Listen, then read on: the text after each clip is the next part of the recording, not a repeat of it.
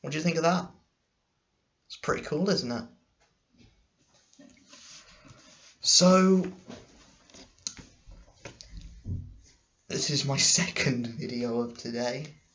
You know, just flying out there. Just making them fly out there. You know? Just making it rain. YouTube videos. I'm not making any money out of this yet. I'm pumping out YouTube content. But finally managed to read through Invincible Iron Man issue 595. This was better than the last issue by a soft margin, not by a lot. There isn't really that much to talk about. Nothing really happens. There is no moving forward the plot. But in a good side, there's no smacking anyone with a guitar in this. But we're given this intro page of Victor Von Doom talking to Amara, basically catching her up on what's been going on so far.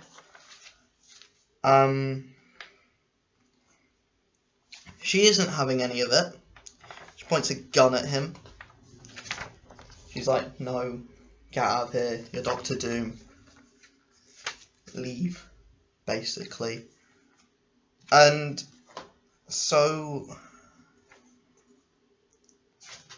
we're in the third issue in, and these two characters on the front, Dr. Doom and Riri Williams, haven't met each other yet. It's the third issue in.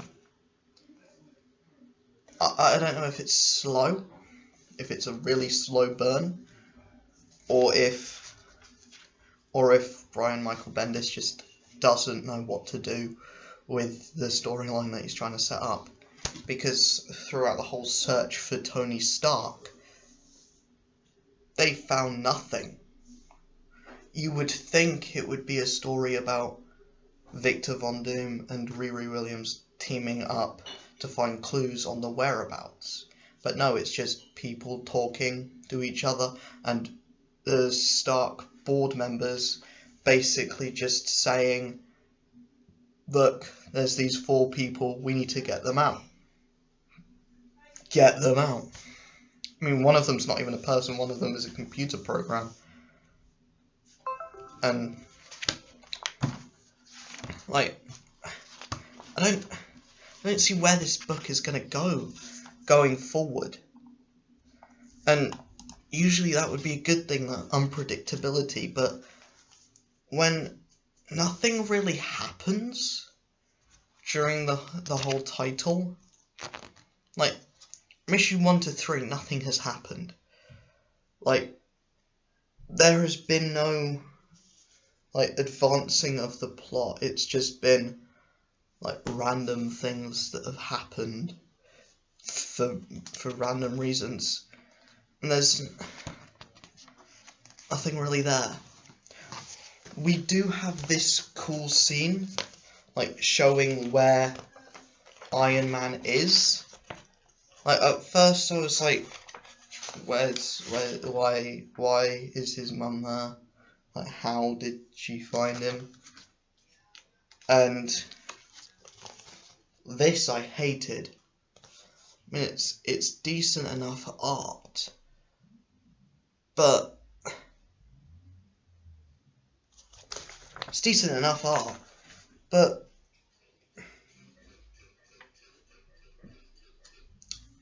why is it the way that it is? Like, Captain Britain's there for some reason, Rhodey's there, like, everyone that he sees it's like his life is flashing before his eyes, which is a nice touch, but, you know, I want to see more stuff like that, more stuff where it's actually gonna have some emotional value. Like, you're gonna actually sit there and think, wow, who'd have thunk? But I like the chemistry between Riri Williams and the Tony Stark AI. I like the chemistry between those two. I don't know how much, or what they can do with Riri Williams once they bring back Tony Stark. I don't know what they can do with the character after that, because she's literally just a stand-in. She's just a stand-in character for when Tony Stark comes back. And might be a while till that happens. Like a really long while until that happens. But we're getting glimmers. We are getting glimmers. The stuff with Doctor Doom is kind of pointless, really. Like, he gets like 1 or 2 pages. The art is terrible, but there's just nothing really there. It's like, these people are trying to kill you, but you teleport away every time. Like, what the hell? Like, what's the actual point of this? Like, yeah, it's serviceable. It looks nice for parts of it, and then parts of it look nice, part of it don't. Parts of it don't. But there's, for the parts where it's Riri Williams, it looks nice. But the parts where it's Doctor Doom, like here, that doesn't look nice. So, yeah. Overall, I would, if you're just, like, if you don't have an interest in Iron Man at all, I would not recommend this. You probably wouldn't read it anyway because you don't like Iron Man. But if you are even partially interested in Iron Man, don't pick it up. There's no Tony Stark in there. If you are a diehard fan of Iron Man, I would definitely say don't pick it up. But if you want to see, the only reason I'm picking it up is because I want to see Tony Stark come back, and I want to see the road to that. And I also am probably falsely optimistic of Brian Michael Bendis, because I know he can do good stuff. I know he can write well. But he's just not showing they can here. And I think he's doing himself a disservice with like the low quality of this, and with all the stuff that he's trying to do. Like, he has all these ideas, but he doesn't really, like, he has more creative flair, and he wants to fit so much into one story arc, and he has so much imagery that he wants to portray, that he really needs